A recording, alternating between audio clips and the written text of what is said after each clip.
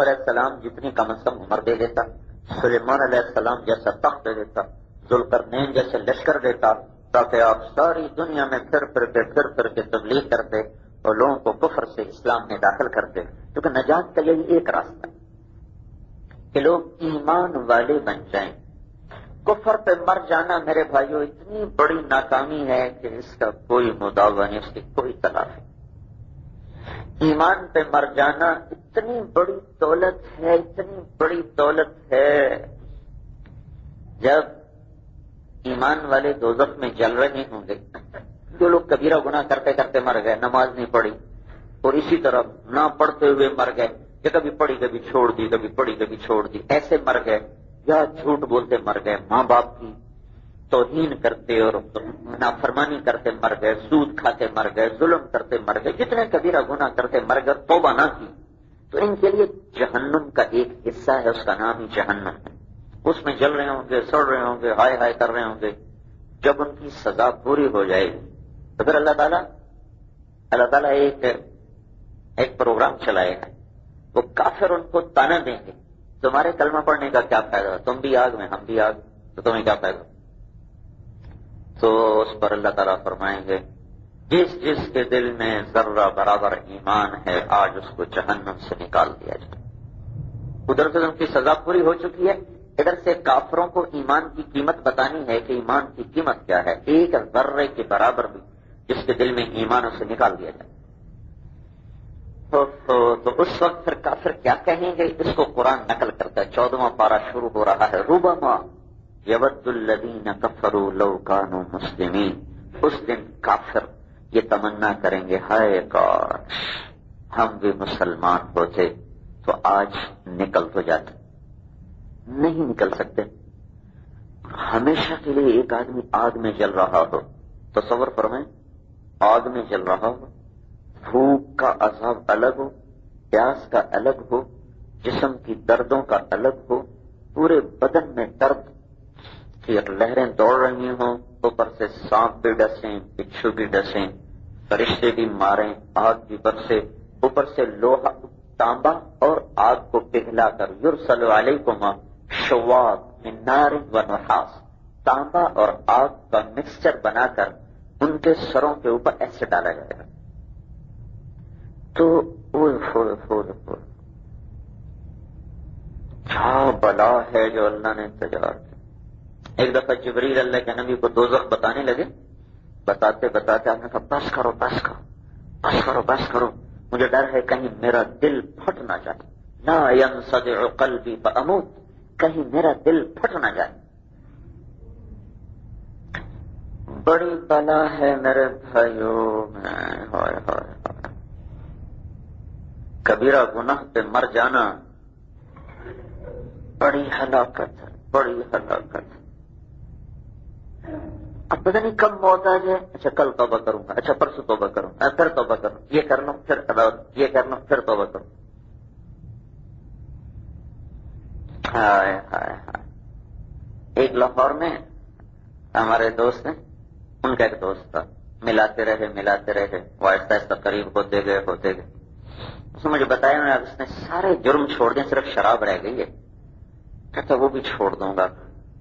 تو چند دن پہلے اس کا فون آیا تو وہ کہہ رہا ہے میرے پاس اب 3 بوتلیں پڑی ہیں، یہ پی لوں پھر توبہ کر لوں.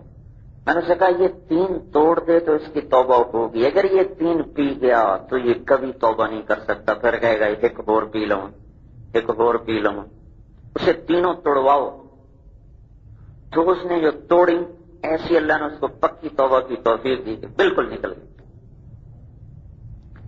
حضرت علی نے فرمایا بدترین انسان ہے جو توبہ کی امید پہ گناہ کرے. ہوں کر لما پیچھے توبہ کر لیتا، آج کر لما پھر توبہ کر لیتا، اور پھر زندگی کی امید پر توبہ کو لیٹ کرتا جائے، بدترین انسان ہے. تو شیطان اس کو یوں لاتا ہے، ہوں کر لا پھر توبہ کر لیں. جب توبہ کے لیے آتا ہے تو کہتا حالی جڑی جلدی ہے، کل کر لیں پرسوں کر لیں. اس طرح زندگی گزر جاتی ہے اور بن توبہ کی دنیا سے اٹھ جاتا. تو کسی کا کفر پہ مر جانا یا کبیرہ گناہ کرتے کرتے مر جانا، او میرے بھائیو اللہ کی قسم بڑے گھاٹے کا سودا.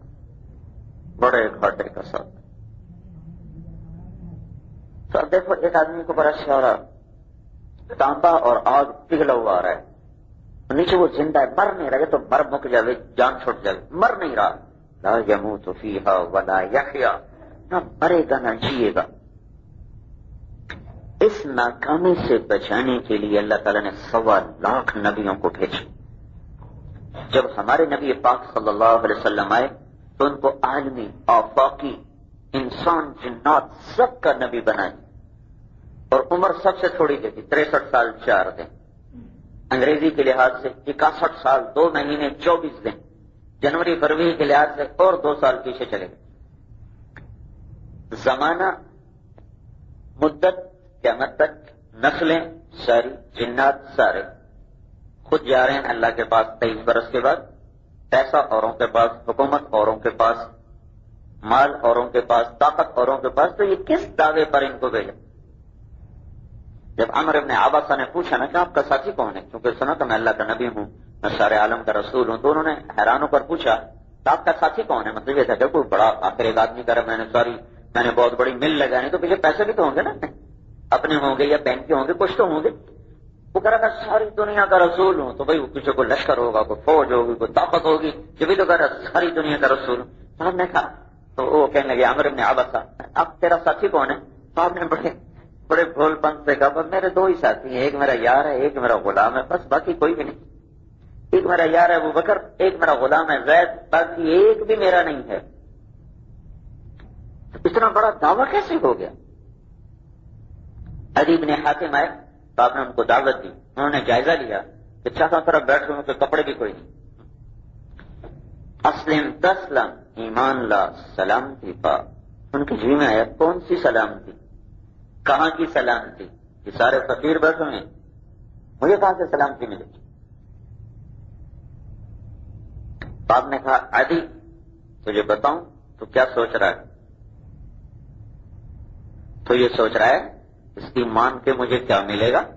اس کو تو اپنے گھر والوں نے باہر نکالا ہوئے، سارا عرب اس کا دشمن ہے، اس کی مان کے مجھے کیا ملے گا؟ فقیر لوگ اس کے ساتھی ہیں، اس کی مان کے مجھے کیا ملے گا؟ بادشاہی تو دشمنوں کے ہاتھ میں ہے۔ آپ نے فرمایا، آگے چپ ہو گئے، یہی باتیں سوچ رہے تھے۔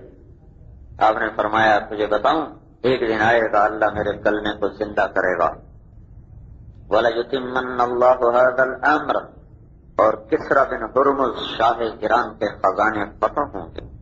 تو حضرت علی کو یہ بات ہضم نہ ہو سکی، کیونکہ انہوں نے کسرا کا جاہ و جلال دیکھا تھا، تو انہوں نے کہا کیا کہہ رہے ہو، کیا کہہ رہے ہو؟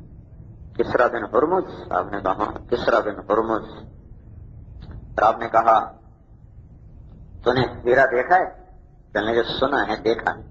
کہا وہاں سے ایک لڑکی چلے گی اور بیت اللہ کا طواف کرے گی، اتنے لمبے راستے میں نہ اس کو ڈر ہوگا کسی کی طرف سے عزت کے لٹنے کا، نہ ڈر ہوگا کسی کی طرف سے مال کے لٹنے کا، ایسے امن کے ساتھ چلے گی۔ تو علی کہنے لگے میں نے اپنے دل میں کہا تو میرے قبیلے کے ڈاکو کہاں جائیں گے جن نے ساری دنیا میں، سارے عرب میں آگ لگا رکھی ہے؟ تو پھر کیا ہوا؟ پھر وہی ہوا جو اللہ کے نبی نے فرمایا تھا۔ تو اللہ تعالیٰ نے ہمارے نبی کو امت عطا فرمائی اور قرآن کا معجزہ عطا فرمایا، ایک ایسی کتاب جس کا سحر چھا جاتا ہے۔ مجھے ایک ڈائمنڈ میں ملا، ایوری کوسٹ کا حبشی، 6 فٹ سے زیادہ قد، باسکٹ بال کا کھلاڑی۔ میں نے کہا تم کیسے مسلمان ہوئے؟ اس نے کہا میں مالی میں میچ کھیلنے گیا، باسکٹ بال، میں دکان پہ سودا لینے گیا، وہاں قرآن کا 63 چل رہا تھا، مجھے بڑا اچھا لگا، سمجھ میں تو آیا نہیں، تو میں نے دکاندار سے پوچھا یہ کس کا گانا ہے، کون گا رہا ہے؟ تو اس نے کہا یہ گانا نہیں ہے، یہ ہمارے اللہ کا کلام، ہماری ہولی کتاب ہے۔ کہا میں یہ کیسٹ لے سکتا ہوں؟ کہ لے جاؤ۔ کہ میں اس کو لے کر آیا اور اپنے ہوٹل میں ساری رات سنتا رہا، مجھے کچھ سمجھ میں نہیں آیا، صرف اس کے صوتی اثرات نے میرے دل کو کھول دیا اور میں مسلمان ہوں۔ وہ 6 مہینے لگا کے گیا تھا ڈائمنڈ، کہ میں یہاں تبدیل سیکھنے ہوں، تو 6 مہینے لگا کر گیا۔ تو اللہ نے قرآن کا معجزہ دیا اور امت عطا فرمائی۔ کیسی امت؟ وہ امت ہے اللہ اکبر کہ نبی کی نبوت پر معجزات دلیل بنے۔ موسیٰ تیرے نبی ہونے کی دلیل کیا ہے؟ یہ دیکھو لاٹھی، یہ پھینکی وہ سانپ بنی۔ عیسیٰ علیہ السلام تیری نبوت کی دلیل کیا ہے؟ کہ یہ مردہ، یہ اشارہ کیا یہ زندہ ہو گیا۔ صالح علیہ السلام آپ کی نبوت کی دلیل کیا ہے؟ پتھر سے اونٹنی نکالو، اشارہ کیا اونٹنی نکل کے باہر آ گئے۔ معجزات سے نبی کی نبوت کو ثابت کی۔ ہماری نبی کی نبوت معجزات سے بھی مزین ہے، لیکن اللہ نے قرآن میں جو دلیل پیش کی ہے وہ معجزات کی نہیں پیش کی۔ آپ نے اشارہ کیا چاند کے 2 ٹکڑے ہوئے، آپ نے انگلیوں کو پھیلایا اور پانی کے چشمے پھوٹ پڑے 5 انگلیوں سے، بے شمار معجزات ہیں۔ اللہ تعالیٰ نے اپنے نبی کی نبوت پر جو دلیل قائم کی ہے وہ امت کے ذریعے سے نبی کی نبوت پر دلیل قائم کی ہے۔ صحابہ محمد الرسول اللہ یہ دعویٰ ہے، سورۃ الفتح یہ دعویٰ ہے کہ محمد اللہ کا رسول ہے۔ کیا دلیل ہے کہ اللہ کے رسول ہیں؟ دیکھتے نہیں ہو چاند 2 ٹکڑے ہو گیا، میرا نبی معراج پہ چلا گیا، انگلیوں سے پانی نکل پڑا، بدر میں فتح ہو گئی، کیا دیکھتے نہیں؟ کہا نہیں، میرا نبی رسول ہے۔ کیا دعویٰ ہے؟ والذین معہ، جو اس کے ساتھی ہیں وہ اس کی نبوت پر دلیل ہیں۔ وہ اتنے عالی صفات ہیں، اتنے عالی مقام ہیں کہ اتنی عالی صفات صرف نبی کے غلاموں میں ہو سکتی ہیں اور کسی میں نہیں ہو سکتی۔ اشداء علی الکفار رحماء بینہم تراہم رکعا سجدا یبتغون فضلا من اللہ ورضوانا سیماہم فی وجوہہم من اثر السجود ذلك مثلهم في التوراة ومثلهم في الإنجيل كزرع أخرج شطأه فآزره فاستغلظ فاستوى على سوقه۔ یہ ساری اللہ تعالیٰ صحابہ کی صفات بیان کر رہا ہے اور کہہ رہا ہے یہ صفات صرف نبی کے ہو ساتھی کی ہو سکتی اور کسی کی نہیں ہو سکتی۔ اور اس امت کے ذمے لگایا کہ اپنوں کو بھی سنبھالتے رہنا اور پوری دنیا کے اقوام کو بھی دعوت دیتے رہنا۔ 2 محاذوں پہ ہمیں کھڑا کر دیا گیا۔ موسیٰ علیہ السلام نے چونکہ 2 محاذوں پہ بڑا زبردست کام کیا تو اس لیے موسیٰ علیہ السلام کا قصہ اس نے قرآن میں سب سے زیادہ جگہ پائی ہے۔ حالانکہ مرتبہ میں ابراہیم علیہ السلام بڑے نبی ہیں، لیکن ان کا نام آیا ہے 73 دفعہ قرآن 73 دفعہ، اور موسیٰ علیہ السلام ان سے مرتبہ میں چھوٹے نبی ہیں، ان کا نام آیا ہے 136 دفعہ۔ تو گویا جہاں موسیٰ علیہ السلام کا نام آیا تو وہاں پورا قصہ دہرایا گیا، کبھی اشارتاً، کنایتاً، کبھی تفصیل سے، کبھی اجمال سے۔ جہاں تورات کا نام آیا وہاں موسیٰ علیہ السلام، 4 پارے میں موسیٰ علیہ السلام کا نام نہیں ہے لیکن تورات کا لفظ آتا ہے۔ پورے قرآن میں صرف ایک 4 پارہ اور ایک 14واں پارہ، یہ 2 سپارے ہیں جس میں موسیٰ علیہ السلام کا نام نہیں آتا، باقی 28 سپاروں میں موسیٰ علیہ السلام کا نام بکھرا پڑا ہے۔ 14ویں اور 4تھے میں کوئی نہیں، 14ویں سپارے میں تورات کا نام آتا ہے، 14ویں سپارے میں تورات کا لفظ بھی نہیں آتا، لیکن رسل کا لفظ آتا ہے۔ تو رسل میں اجتماعی طور پر موسیٰ علیہ السلام